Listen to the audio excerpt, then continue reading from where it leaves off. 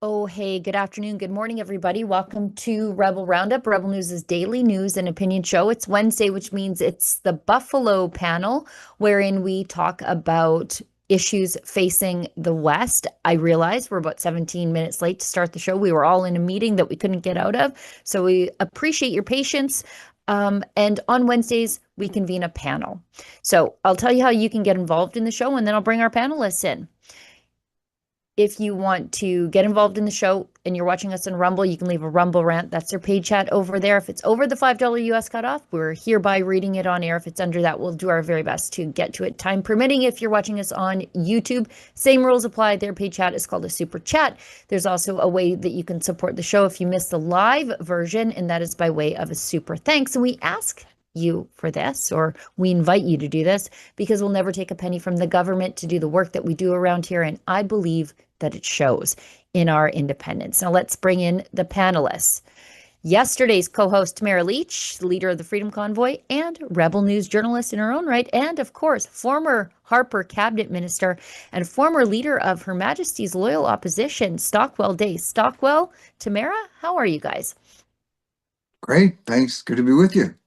I think we have Stockwell Um, for about, sorry, Tamara, I interrupted you. Go I was ahead. just going to say I'm doing fine. I'm doing great. Thank you, Sheila.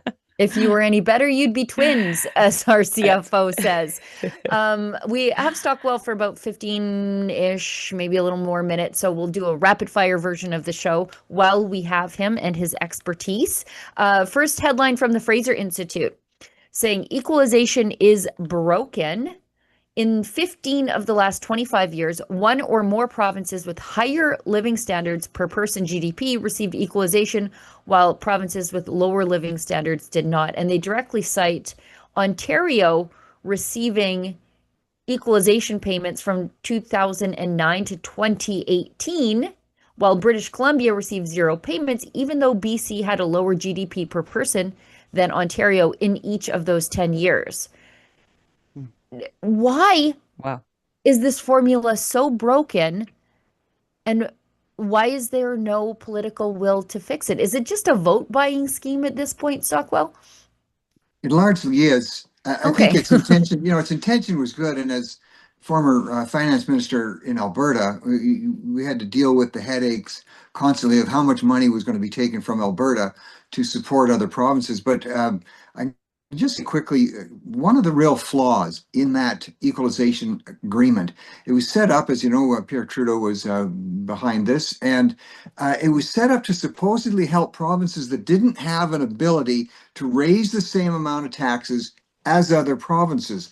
But what it never took into account, and it still doesn't, is bad management and different economic policy in other provinces. So, for instance, in 1993, when Bob Rae, and Bob Rae's a friend of mine, but when he was premier of Ontario, running the NDP government, they were running on socialist economic policies, which will always cause an economic downturn, which will always make entrepreneurs and innovators who hire people leave the province. And Alberta, we took quite a different approach. We were doing serious cost cutting. We were lowering taxes. We were really tightening the government belt. Because of that, we were attracting business, and we had to fund or subsidize bad economic policy in Ontario. So that really needs to be looked at this definition of ability to raise taxes. If you can't raise taxes in your province because of bad economic policy, you shouldn't be bailed out and subsidized by other provinces who are willing to be more fiscally prudent. Well, and there has been examples of these have not provinces refusing to develop their natural resources, as is the case with Quebec. They have a natural gas field that they could develop. Uh, and they don't, because why would they if you can just take a payment taken from the pockets of Albertans? But also there's this inequity in social programs. So I don't even know what the per day Quebec daycare was, but I remember when it came onto my radar, and it was $7 a day daycare in Quebec that was basically being subsidized by people in the West. And when I believe that that completely strays from the original intent of the equalization program. Right, that you've hit a good point there. I was talking Yeah. about the economic policy, but social policy for sure. Social policies that Alberta would have seen are completely unaffordable and unnecessary. For instance, in back in those days when I was working with Ralph Klein, as well, you're way too young to remember, but Oh we no. were actually requiring people who were physically and mentally fit and capable to work or go to school and not accept passive welfare. And that actually had a tremendous positive effect throughout our economy. Got a lot of people working who were just sitting around. So again, another example of when one province takes a responsible approach to how they're funding, as you mentioned here, social programs, and another is not taking a responsible approach, and the responsible province will pay a penalty by subsidizing the bad policies of another province. Let's move ahead because we want to get as much out of Stockwell Day as he was here. Alberta's doing well, I think, in spite of the federal government. And for me, it looks this is just a reason why I'm a independence-minded person is because it feels as though we have an anchor around our leg in Ottawa. But this is a good news story. Alberta is responsible for nearly 80% of all the new jobs in Canada. And I think that number is going to tick up even more with the Meta investment. There were 2,677,000 and change people employed in Alberta of last month, up 3% from last year, while total employment across Canada grew only by half a percentage point. I'll go to Stockwell on this.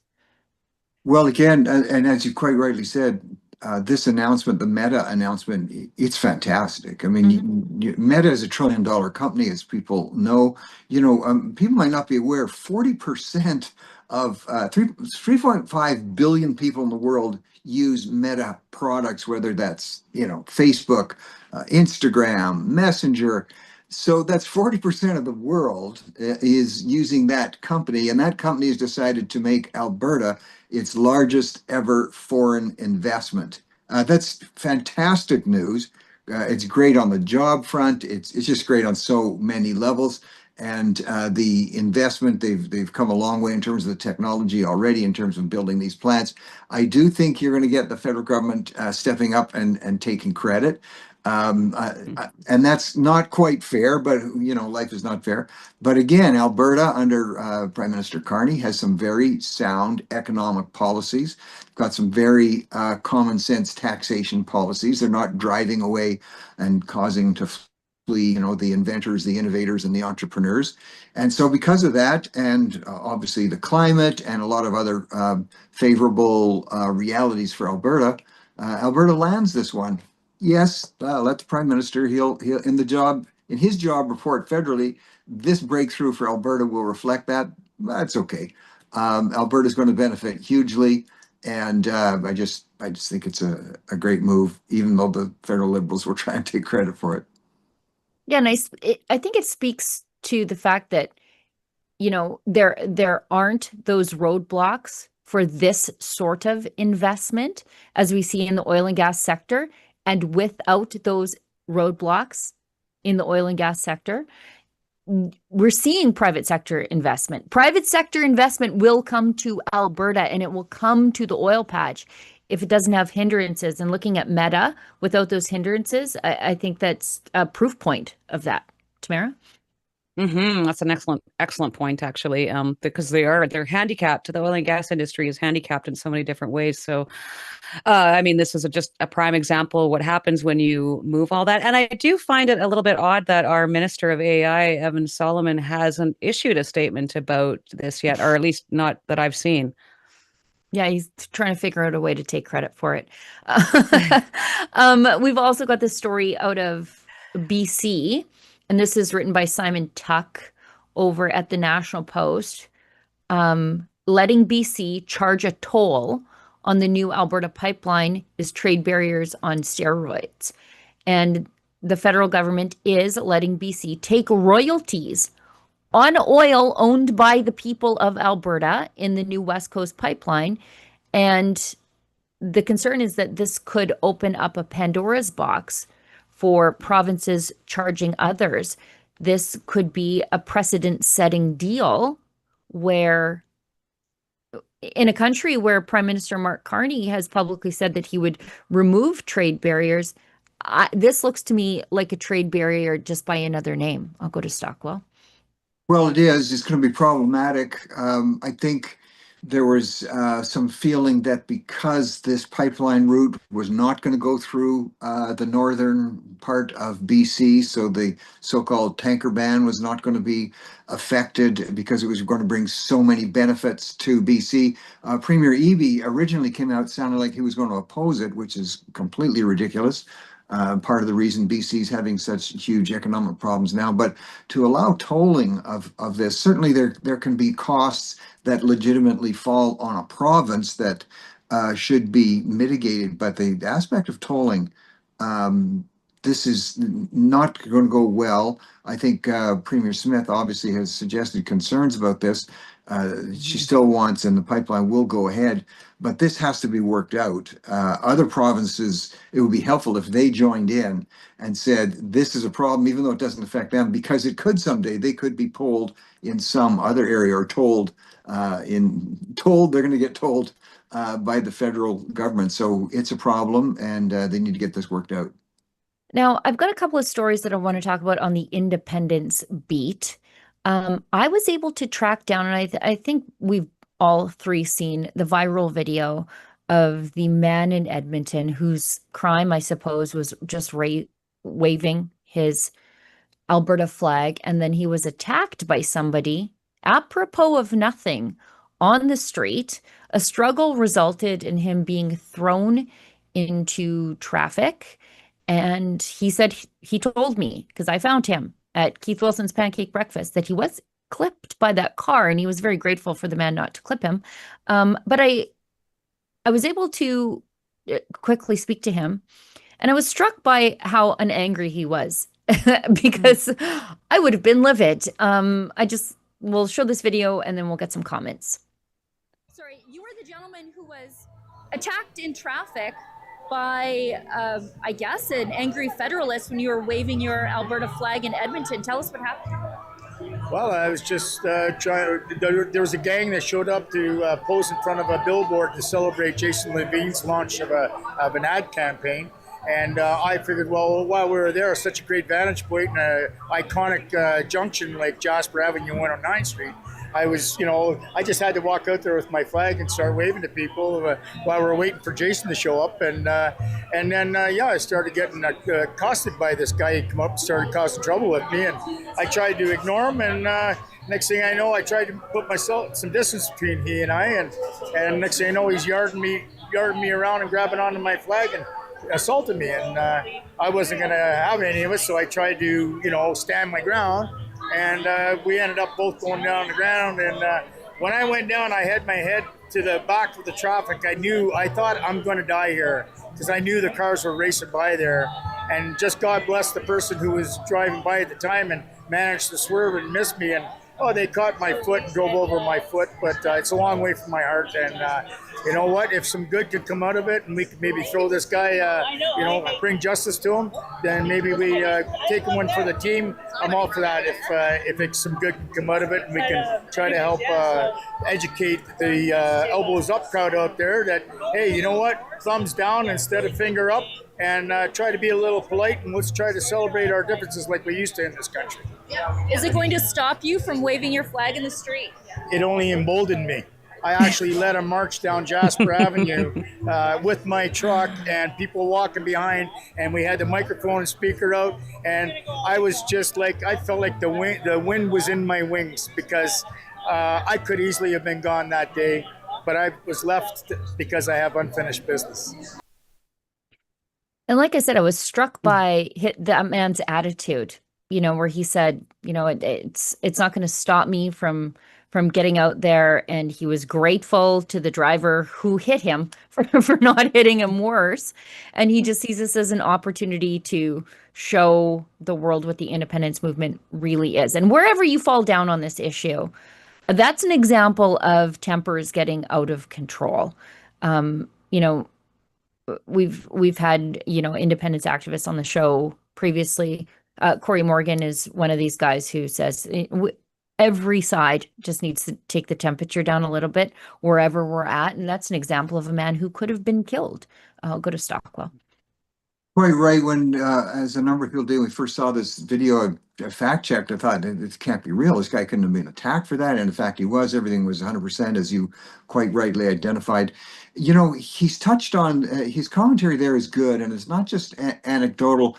The increase in violence on political issues where people have political difference. It's everywhere, and it literally is life threatening, and it has emerged into becoming life threatening. And I'm not going to try and say it's all the left, but all of the documented studies over the last 5 years show increasingly it's coming from leftist groups and individuals who seem to be less capable of having a vigorous debate without actually trying to kill the other person.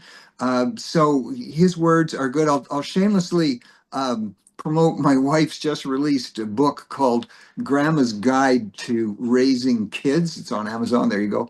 But, you know, it talks about telling kids to be nice. And I don't want to overly simplify that. But at some point, we've got to shake some of these people verbally, not physically, and say, stop doing that. And it is increasingly coming from the left. You can have a vigorous debate and not have to take it out violently on the person on the other side. With the discussion on independence, we don't want to see it breaking out into this type of thing. So I think we can use a gentleman's commentary in terms of, give a thumbs down, but not the other. And let's try and have vigorous differences, but discussed in a respectful way where we don't bring harm to other people. Yeah, that man was channeling Tamara Leach. Because again, if what happened to me happened to Tamara Leach, I would be the most bitter woman, and you are completely not. Well, I was just going to say, what an amazing attitude. That is the Western attitude. I mean, we try to live by the golden rule out here, do unto others. And, it's really a symptom of some problems, as Stockwell said, that stem from our mainstream media, for sure, vilifying anyone that doesn't carry a left-leaning opinion, as a lot of them do, and our judiciary, who seems to be very lenient on, I hate the label, but left-leaning cases. So, I mean, it's leading to a lot of these people feeling, empowered and emboldened. But, kudos to that guy. What an amazing attitude to take one for the team. Yes, I know. If I can say, sure. Further to what Tamara said, she's raised a good issue here, because what we're seeing institutionally, that bias is cranked really hard to the left, but we're seeing it in our policing and security agencies, where for a variety of reasons, including wokeism being imposed upon our first responders, they immediately seem to take the side of the leftists. And we see it in in Toronto, where you have demonstrations against Jewish people. When you see a demonstration could be related to Israel, and you'll have someone from the Jewish community speaking up, and an altercation takes place, it is invariably going to be the Jewish person who gets arrested or gets charged. Tamara can speak to this issue probably with more expertise than anybody. So I just, as a former minister of public safety, can I say to police chiefs everywhere, don't impose this wokeism on the men and women on the front lines. Most police officers are fair-minded, but when they're told by their bosses that they've got to go after the people who are the so-called, independents or small c conservatives and always favor the left, it doesn't do a lot to promote a civil society, I can tell you. I know that we have to let you go, Stockwell, and let me just confirm that I have met one of your grandchildren. Oh. And he is nice, very nice. Well, there you go. I won't ask which one, but glad to hear that, and glad he comported himself well as he was raised by his parents. And I'll give the credit to his grandmother, who writes the book on it. Yes, she did. She should write a manual, because that's a good boy. Before I let you go, let everybody know how they can find your podcast and find you and your commentary on issues facing Canadians. Thanks for asking. Just go to stockwellday.com. There's a lot of stuff posted there, but right on the top page, right on the front of the page, you'll see just one click and you're onto the daily podcast there. I can't rival this present network, but I'm just filling in. And it's Monday to Friday, and I give a Saturday week ahead, stockwellday.com. Thanks for mentioning it. Awesome. Thanks, Stockwell. Let's hit an ad break and we'll come back and wrap up as many of these topics as we can in our limited time on the other side.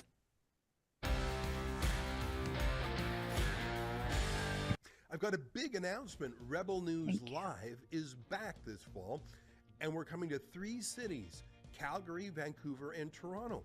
Rebel News Live will be in Calgary on Saturday, October 31st at the Carriage House Hotel and Conference Center. Then we're heading to Vancouver on Saturday, November 14th, and then on to Toronto on Saturday, November 21st at Canada Christian College in Whitby. 3 cities, 3 incredible days, and I want to see you there. Now, if you've never been to one of our live events before, let me tell you what it's like, because I genuinely believe there's nothing else like it in Canada. We've been doing these gatherings for years, and every single time without fail, the thing people tell me afterwards, the thing they remember most isn't any particular speech, as good as the speeches are. It's the feeling in the room. It's walking in and realizing you are surrounded by hundreds of Canadians who think the way you think, who care about the things you care about, who've been watching the same stories you've been watching and asking the same questions you've been asking. People who have felt, frankly, a little bit alone in their communities and who suddenly realize they are not alone at all. That is what Rebel News Live is. It's a convention. It's a family reunion of sorts. It's a day where you get to be yourself completely without apology. And once you've experienced it, you keep coming back. Our attendees know what I mean. We have regulars. Now, who's going to be there this fall? I'll be there. Sheila Gunn-Reid will be there. Tamara Leach will be there. And the Rebel News team will be joining us. Over the coming weeks, we'll be announcing some additional very special guest speakers. And trust me, you're going to want to hear who's coming. Stay tuned. Here's what the day looks like. Doors open at 8 in the morning with a light breakfast. Then a full slate of speeches and panel discussions. The kind of conversations you would never see on the CBC. Catered lunch.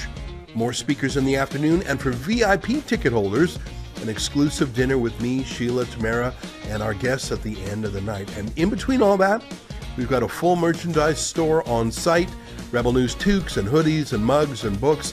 And yes, I will be there to sign them, and we'll have other sponsors and exhibitor booths from some of the best freedom-oriented businesses and organizations in the country, people you want to know about, causes worth supporting, and groups doing the real work on the issues that matter. It's worth showing up early to spend some time at those booths before the speeches begin. It's the best gathering of freedom-minded Canadians anywhere in the country. I've been saying that for years, and I keep saying it because it keeps being true. Now, I need to be straight with you about one thing. These events sell out every single year without exception. If you wait too long, you will not get in. I've seen it happen. I don't want it to happen to you. So here's what I need you to do right now. Go to rebelnewslive.com and get your tickets at the early bird price, because that price will not be around forever. Calgary on October 31st, Vancouver on November 14th, Toronto on November 21st. Pick your city, pick your date, and get your seats locked in before they're gone. There's nothing quite like spending a full day in a room full of Canadians who actually get it, people who've been watching, who've been following along, who are in this fight with us. I'll see you there. Go to rebelnewslive.com. Get your tickets at the early bird price. For generations, many Canadians have preserved more than just firearms. They've preserved history, tradition, competition, memories. But under Trudeau, and now Carney, heirlooms, estates, collectibles, and competition firearms now have to be surrendered and destroyed. While violent gun criminals get pass after pass, openly ignoring any legislation, lawful gun owners are trapped in an increasingly unfair legal system. But we can help. Canada's National Firearms Association's Save Firearms program offers the legal pathway to preserve what matters, while we work towards a political solution. Don't let yours be next. Save history. Save heritage. Save firearms. Visit nfa.ca today to learn more. In Canada, firearms owners like me understand the importance of safe, effective self-defense options. That's why we're proud to have Byrna as a sponsor. Byrna's less lethal launchers are designed to help protect you and your family without taking a life. Byrna offers peace of mind, accessibility, and a practical layer of personal security for Canadians who value safety. Learn more at byrna.ca/rebel. That's BYRNA.ca/rebel. Canada's been told to just quit smoking for decades, same message over and over, and yet millions of Canadians still smoke. So let's ask a follow-up question. For those who don't quit, what about change? In 2026, Canada has options that didn't exist years ago. Smoke-free alternatives for adults who would otherwise continue smoking. That doesn't mean risk-free, it means informed choice. If you don't smoke, don't start. If you smoke, quit. But for those who don't quit, change could still be part of the conversation. That's why Canadians should check out unsmoke.ca, an information resource focused on smoke-free alternatives and honest facts, not judgment. Put the lighter down, Canada. Learn what your options are.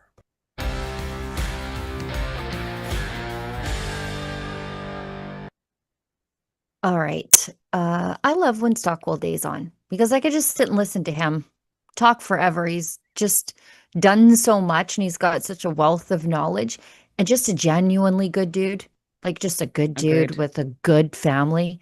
And Yeah. I reiterate, his grandson, top notch. I want to talk about this one thing before we move on. I know this is the Western-based show, but we do have some other international stuff to talk about, like the story of the Canadian leftist who attacked that kid over her Trump shirt. I'm absolutely in love with that story. Like, Wow. I love how deranged and crazy they are. But before we get to that, I want to say, if you want to spend some time with Tamara Leach this weekend, like I am, why don't you come pick up an Alberta's Choice lawn sign? You can get details on the locations, but I'll give them to you now real quick. But if I say them too fast and you're confused, you can find out more.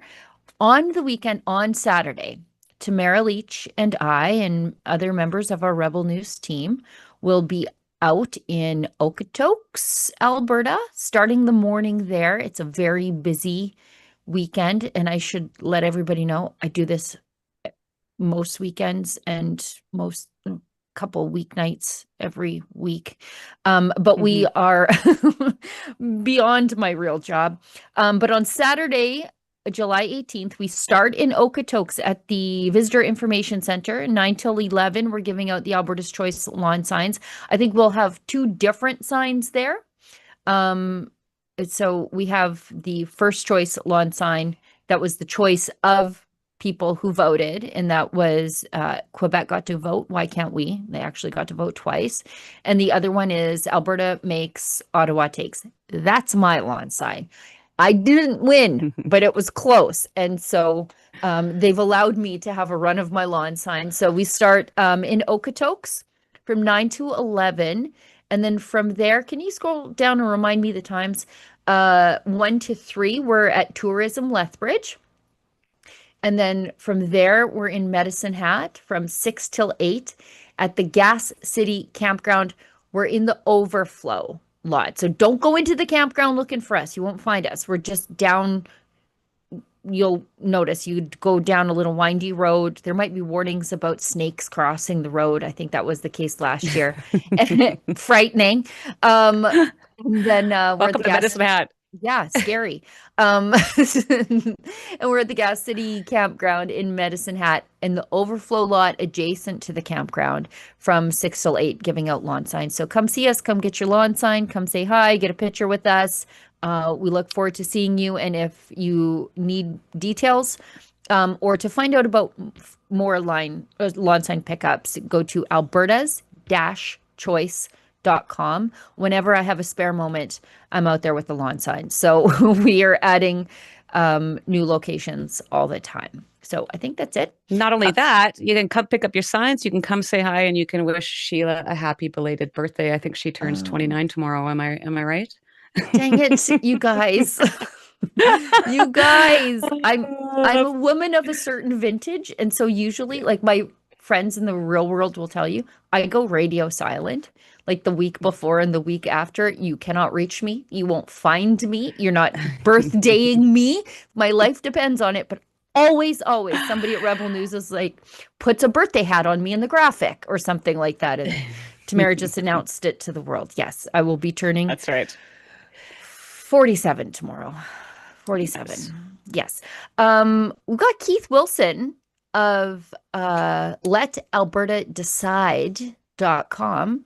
I ran into him at his oversold pancake breakfast on the weekend on Sunday, and I asked him about the bizarre treatment of Lukaszik's Forever Canada people and why they are not being forced to follow the third-party advertiser rules that he and I are.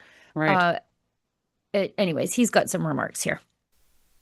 I want to ask you about the statement put out by Elections Alberta, which purported to clarify the rules around third-party advertisers and who is and isn't registered as a third-party advertiser, but it just made it more and more confusing because there are some Federalist campaigns out there campaigning on a question on October 19th, but they're not following the rules as best as I can tell. Well, Thomas Lukaszik and his Forever Canadian organization announced a campaign office, two of them. They announced their campaign bus. They announced campaign signs. They have campaign volunteers. Like, I mean, this is so disappointing for the chief electoral officer and his organization because they have a critical role in democracy. They're the gatekeeper of democracy. And it's obvious that the chief electoral officer's turning a blind eye, a deliberate blind eye. And that press release was nonsensical, just nonsensical in its face. So unfair advantage. Thomas Lukaszik still has on his website to this moment that he will accept an unlimited donation amount. That is completely against our election finance laws. We're capped at $5,000 from any donor.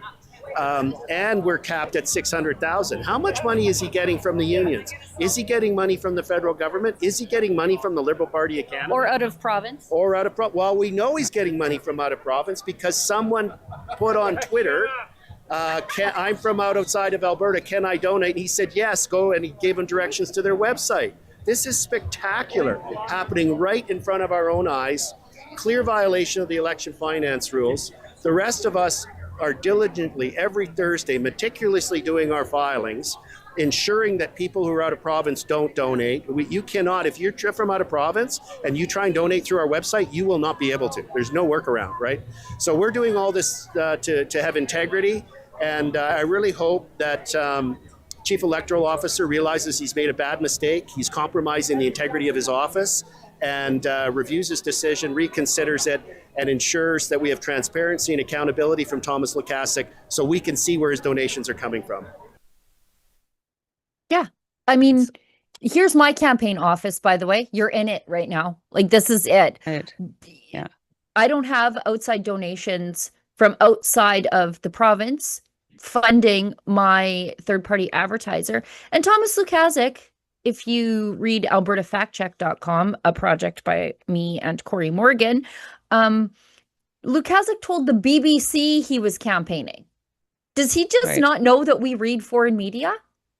Like, he told the BBC, we will do everything we possibly can to win this referendum. That's campaigning. 100%. Well, Sheila, this goes right back to even what we were talking about with Stockwell Day. I mean, there's rules for thee, but not for me. There's clearly a double standard here with Elections Alberta, who have come down pretty hard on some of the newly formed TPAs to ensure that they're following the rules. So we have just yet another prime example of, how one group gets treated as opposed to another group. And Keith is absolutely right. He's got a campaign bus. He has campaign volunteers. He's got campaign materials, and he's giving campaign speeches. So for him to say he's not campaigning or to have to register his organization with Elections Alberta is just on its face blatantly wrong. Yep. Speaking of my third-party advertiser, Alberta's Choice, we've got a new ad. So we have the Federalist series. So we have part 1 and part 2 of the Federalist because I think it's important to make fun of people like Thomas Lukaszik, Jason Kenney, Naheed Nenshi, Mark Carney, the Federalist superheroes come to convince Albertans that we're too stupid to, or lazy for that matter, to choose our own way forward and then to build our own way forward, despite the fact that we are a province of pioneers. But we have a new video out. This is the third video. It's not in the Federalist vein. We're trying something new. It's not a curse. It's Confederation. I see a dark force draining your wallet. My ex? No, worse. Ah, Ottawa. Wait, it's taking my money too?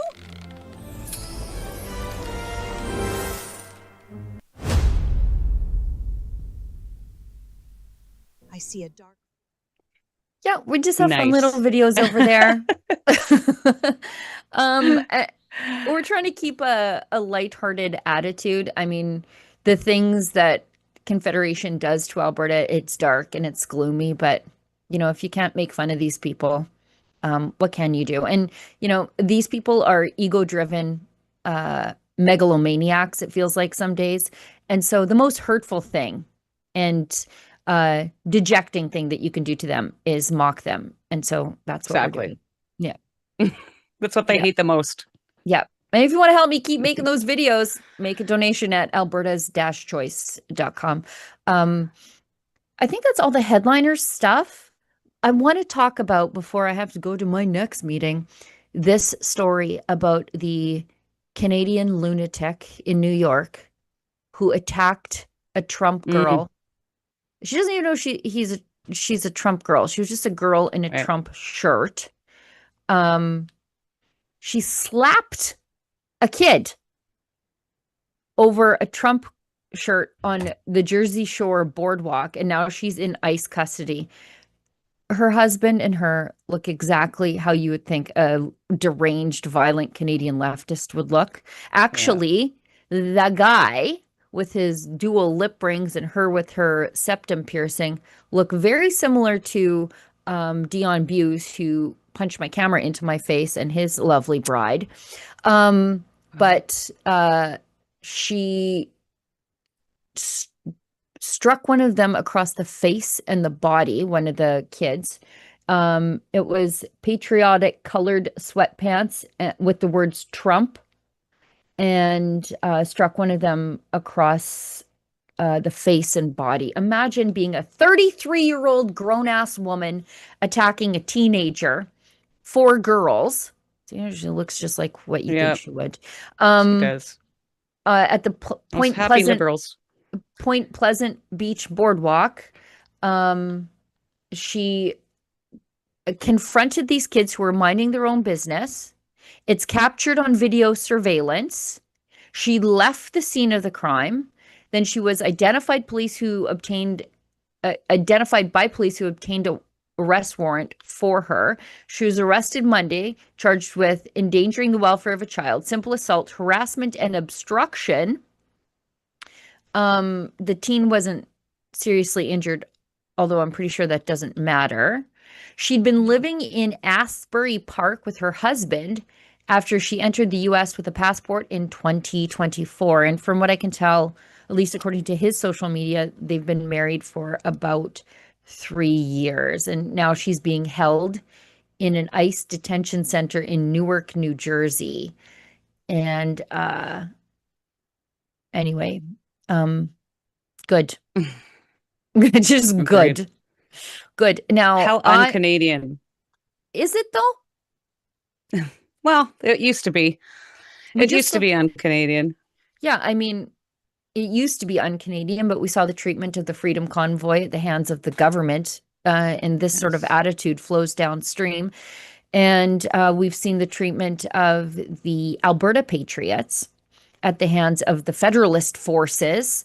So I don't know. We say it's un-Canadian, and let's not forget, it is pretty Canadian. Yeah, and Mark Carney ran his entire election campaign last year. It was basically a rage and hate farming campaign against the United States president. So again, this seems to be the theme that we keep coming back to today.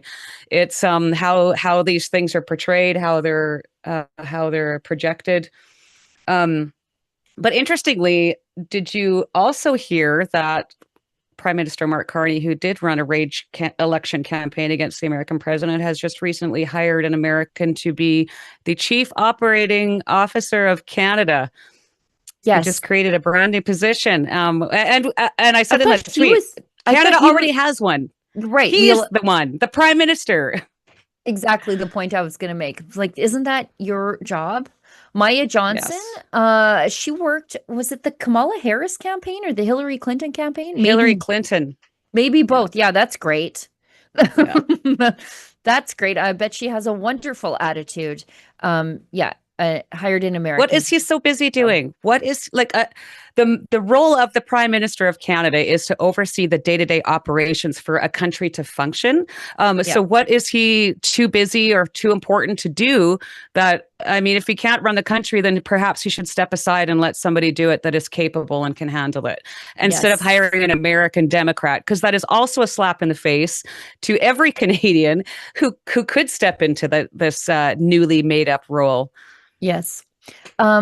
Can we just go back to my favorite story of the day, and that's that Trump derangement lady from Canada?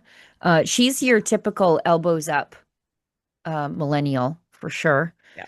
Her eyeliner, man, you know, like I'm no fashion maven, but when you see somebody coming at you with eyeliner like that, go the other way. Just go the other way. You can't take them seriously. Danger is afoot. There's a video of the husband begging for money and help after his wife was taken into ICE custody as a foreign national committing a crime in the United States. Wow. What did you think was going to happen? His begging, though, pay attention to what he doesn't say in the begging. And his whining is heartwarming to me. I will listen to this video like 4 times this morning when I should have been working. I need help. I don't know what to do. My wife is being detained by ICE. She's in Ocean County Jail right now, and I can't get a hold of her. She keeps trying to call me, but they won't let me put money on her card. The kiosk in the Toms River jail is broken, and all the numbers and stuff they gave me wasn't right or wouldn't allow me to put money on her card. And ICE is coming there to pick her up. I need an immigration lawyer. I need help. I don't know what to do. I don't have any money. I'm so fucking broke. But I gotta figure something out. I gotta save her. I need help. I need you to figure out. I don't know. This just happened. Wow. I need help. I need my wife. I don't want her to get hurt. I don't want to see her get. I don't know what to do. I don't know what to do. Yesterday, July 13th, my wife was detained by ICE and brought to Delaney Hall in Newark, New Jersey. This is my attempt to reach out to any news outlets, especially local ones to New Jersey, like News 12 New Jersey or NJ.com, or any journalists or reporters that are local that want to hear our story. My wife is a Canadian citizen and I'm an American citizen. We've been married for a little over 3 years, and I'm just doing anything I can to get her story heard and bring any help to and attention to her situation so that I can get her released, even if that means back to Canada. My main goal is the safety and well-being of my wife, and that is about it. I don't care what not the teenager you assaulted, though. Me or the situation. That's kind of irrelevant. All that matters is her safety and her well-being. And if anybody would like to talk to me, please reach out here. I also have an Instagram. The handle is GrabMasterHash.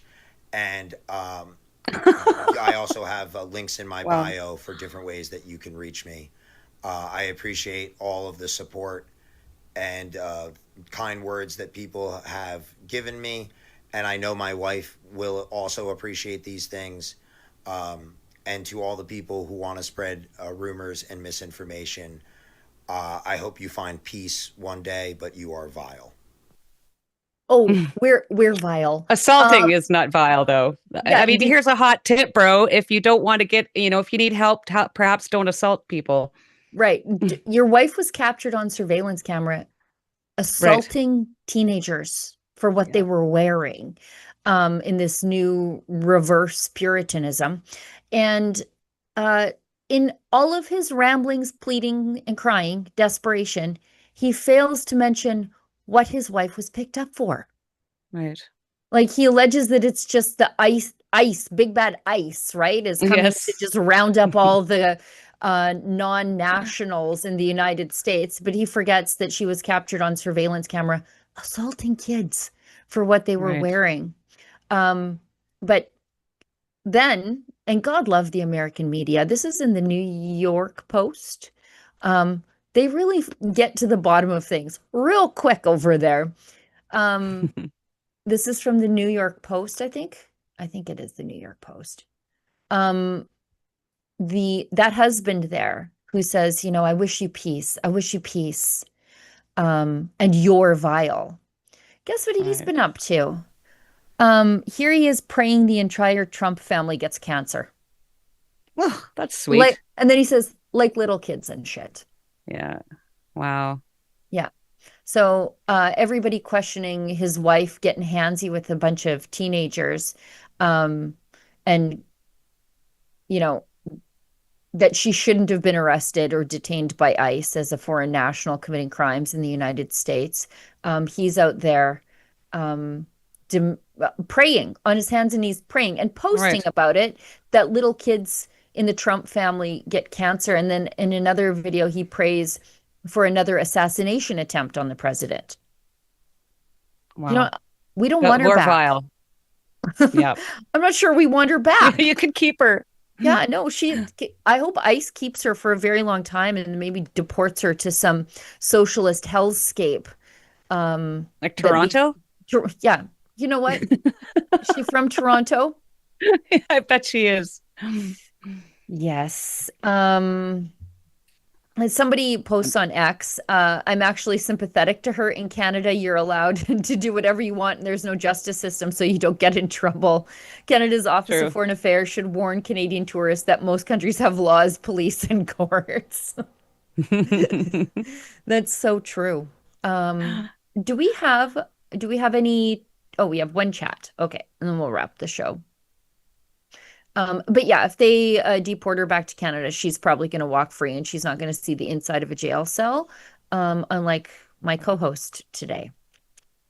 JP Alberta First, $10. If anybody donates, will they get their bank accounts frozen? Oh, is this to the TPA? My third-party advertiser? No. I hope not. Or to Thomas Lukaszik's illegal allegedly, don't sue me, Thomas Lukazik. His third-party advertiser? No, definitely not. Or are we talking about this guy's his GoFundMe for his wife, which by the way was taken down, and then he blamed like MAGA radicals for mass reporting it. It's like, no, you can't fundraise to get your violent wife I don't know, commissary in the ICE detainment. Wow. Anyway, I think that's it. I think that's the show. I'm got to head into my next meeting. Tamara, thank you for co-hosting with me these last few days so that my friend Lisa Merle could enjoy some time with her family. Absolutely. Thank you, and have a fantastic birthday tomorrow. And I'll see you on Saturday. Dang it, Tamara. Just quit it. By the way, before I let you go, let everybody know where they can find your podcast. Oh, yes. We have, Chris and I have a show called House Arrest that streams every Thursday at 6 p.m. Mountain. This week we have retired Sergeant Michael Rood coming on the show. Oh, nice. To talk about his advocacy for veterans and, of course, his fight against the Canadian government for their use of mefloquine. It's Thursdays, 6 p.m. streaming live. Yeah, your partner in, what the federal government calls crime, Chris Barber. Yes. Alleged. We just did defamation training. We're going to use that word a lot for the next little bit. Exactly. Efron, thanks for working so hard behind the board today.